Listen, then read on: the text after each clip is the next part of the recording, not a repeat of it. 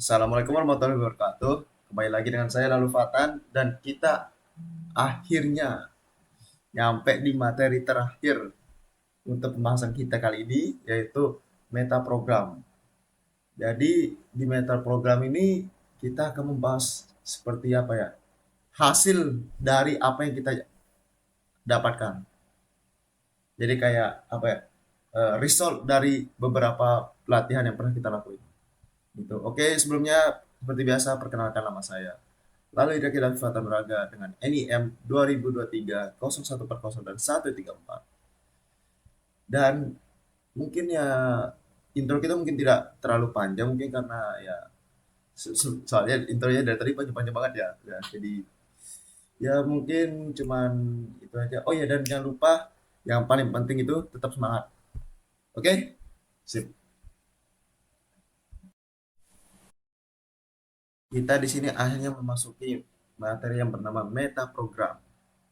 Jadi, yang namanya meta program itu adalah salah satu filter manusia ketika memproses suatu informasi yang masuk. Jadi kalau apa ya lebih simpelnya lagi itu definisinya itu gini. Manusia mengatur bagaimana apa ya? Mengatur bagaimana manusia belajar mengekspresikan sesuatu yang dilihat. Jadi dia yang melihat, wah, reaksi yang akan muncul dari apa yang dia lihat itu pasti akan terjadi. Terus secara umum meta program itu apa ya? Simpelnya itu mengatur pola pikir manusia. Apa ya? Simpelnya itu lebih kayak memfilter. Seperti kayak atensi, atensi itu kan perhatian. Jadi kayak dia itu bisa apa yang menjadi fokus utamanya ketika menerima informasi tersebut. Misal kayak mendengarin orang bercerita. Nah, kalau orang dengerin cerita itu kayak hmm, dia menceritakan apa ini? Kita serius mendengarkannya sampai sampai di titik, wah, ini kayaknya menarik ini. Maka kita akhirnya fokus dengan mendengar cerita tersebut. Yang kedua itu sortir alias menyusun. Nah, sortir itu sortir itu ya apa ya? Jadi kita kan sudah mendengar tuh, kita sudah memperhatikan tuh materinya itu sampai gini gini gini gini gini gini. Dan akhirnya kita bisa menyusun apa ya? Informasi yang masuk ke kita. Jadi kayak wah, dari tadi cerita kejadian A, B, C. Tapi seharusnya kejadian yang benar itu dari B, A, C atau C, B, A. Nah, seperti itulah. Jadi kita itu menyusun sesuai pola pikir kita. Nah, terus yang ketiga itu namanya itu apa ya? Jadi kita gitu kayak memproses. Jadi kan kita sudah memperhatikan tuh dan juga menyusun dan akhirnya kita itu memproses informasinya. Berarti kayak apa ya? Kita itu memproses informasi yang masuk ke dalam tubuh kita itu kayak oh, artinya dari apa yang saya perhatikan dan saya susun-susun setelah beberapa kali saya pikirkan, saya bisa menyimpulkan. Nah, itulah. Jadi namanya meta program itu adalah hasil dari pemikiran kita yang sudah kita benar-benar perhatikan secara baik-baik, menyusun secara baik-baik sampai gini, dan akhirnya kita bisa mengeluarkan pendapat kita. Itu namanya meta program. Tapi apa ya? Bisa dibilang meta program itu membantu dalam apa ya? Bisa dibilang benar-benar melatih daya pikir otak kita. Kenapa? Karena otak kita itu dipaksa untuk memperhatikan si pembicara kita ini dan kita juga dipaksa untuk menyusun apa sih kalimat yang cocok untuk saya keluarkan supaya tidak akan ada yang kayak di satu sisi apa itu merasa ter apa ya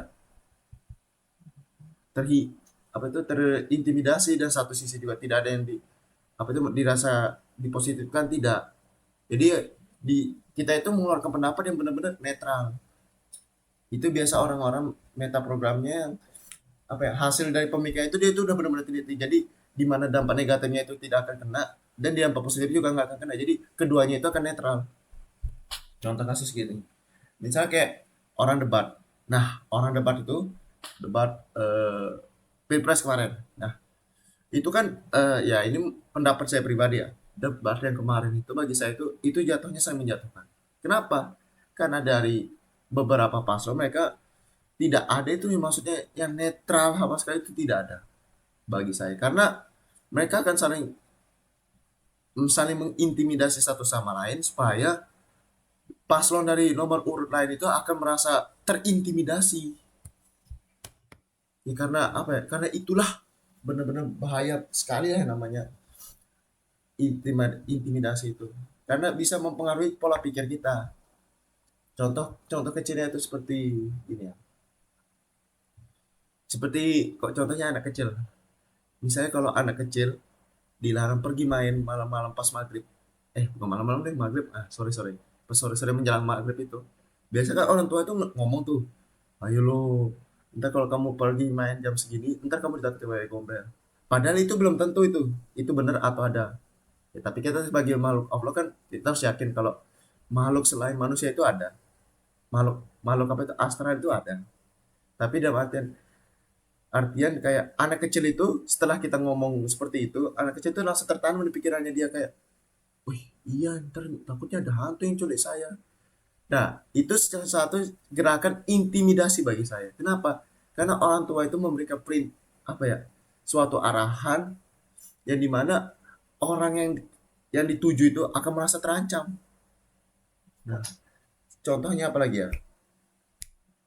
Debat sudah, terus anak kecil sudah, apa lagi ya? Guru, guru misalnya kalau dia jalan, set, set, set, set, set. Terus murid juga jalan dan mereka saling berpapasan. Nah, di saat mereka berpapasan itu, kok guru ini, kok saya itu kok nggak kayak disapa gitu. Si murid juga takut gitu kan, mungkin si murid juga kayak ada rasa takut untuk menyapa gurunya, atau mungkin gurunya juga kok intinya kayak sama-sama bimbang gitu, karena ya namanya manusia kan kita tidak bisa menebak perasaan mereka itu seperti apa.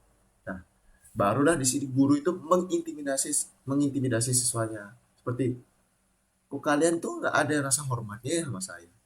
Nah, otomatis si para siswa ini akan secara langsung kayak, oh iya maaf bu, saya tadi apa tuh nggak lihat mungkin, atau pasti dia akan mempunyai sebuah alasan yang bagi dia itu logis akibat dari perbuatan yang dihasilkan. Jadi yang namanya meta program itu, sekali lagi, meta program itu kayak apa yang kita perhatikan dan apa yang kita susut dari itu kita keluarkan. Kayak lagi simpelnya itu kayak ngerjain tugas.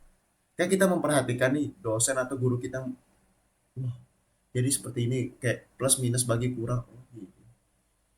Oh gini ya, benar. Oh kak, kalau dikaliin tuh gini. Oh dibagi tuh gini. Nah, terus di saat itu kita menyusun. Masa menyusun itu kita praktekin. Set, set, set, set, set, set. Oh, ini hasilnya gini. Nah, dan barulah kita berani mengeluarkan pendapat kita karena kita sudah mempunyai hasil kita. Jadi sebenarnya yang benar-benar saya tegasin di sini, yang namanya meta program itu hasil dari pemikiran kita. Jadi makanya kenapa ya? Menurut saya, apalagi di zaman saya ya, Gen Z itu orang sebenarnya, orang-orang kayak kita sebagai Gen Z itu sebenarnya mempunyai banyak sekali pendapat. Nah, tapi ada tapinya. Tapinya itu kenapa ya? Karena generasi saya itu yang paling penting sifatnya itu, tapi dia tidak ada malahan yang ada di Gen Z. Bukan tidak ada sih, sedikit, yaitu apa, PD. Generasi saya itu benar-benar tidak ada tiket kepedeannya malah. Soalnya disuruh maju, dia tidak berani. Padahal kalau walaupun dia salah menjawab, pasti guru akan membetulkan jawabannya dong. Soalnya, oh ya udah, ntar kamu sebaiknya gini gini gini. Sang guru akan memberikan kritik kepada muridnya. Tidak mungkin tidak. Nah, sebenarnya di Gen Z itu, generasi saya terutama itu mempunyai banyak sekali alasan, seperti contoh kayak soalnya gini, oh mereka ntar tinggal diginin aja nih jawabannya gini gini gini. Tapi mereka tidak mempunyai kepedean tersendiri untuk maju ke depan. Ya karena itulah kenapa bahkan sampai orang tua itu meremehkan Gen Z itu karena tidak ada kepedean. Mereka itu sebenarnya kalau masalah hasil pemikiran, gila. Masih sudah benar-benar diperhatikan secara teliti, disusun, tapi mereka tidak berani mengungkapkan apa pendapat mereka. Disitulah kurangnya kita di Gen Z. Jadi eh, kesimpulannya, kesimpulannya itu kenapa meta program itu bisa dibilang hasil pemikiran kita itu, ya seperti saya jelasin sebelumnya. Cuman Ada satu coba dia. Kalau misalnya meta program kita terapkan di generasi saya terutama Gen Z dan generasi setelah Z malahan, mungkin harus kita benar-benar lebih meningkatkan lagi tingkat kepedean. Public speaking harus di apa ya? Lebih diterapkan lagi supaya anak-anak muda yang seperti saya lebih pede lagi dalam mengekspresikan semua hal. Jadi mereka tidak akan ada malu-malu lagi seperti itu. Karena apa ya? Yang ditakutkan generasi saya itu sebenarnya satu. Sekali yang maju, salah pendapat diketawain. Nah itu. Sebenarnya cuma situ tempat bikin apa ya? Bikin semuanya itu jadi males malahan.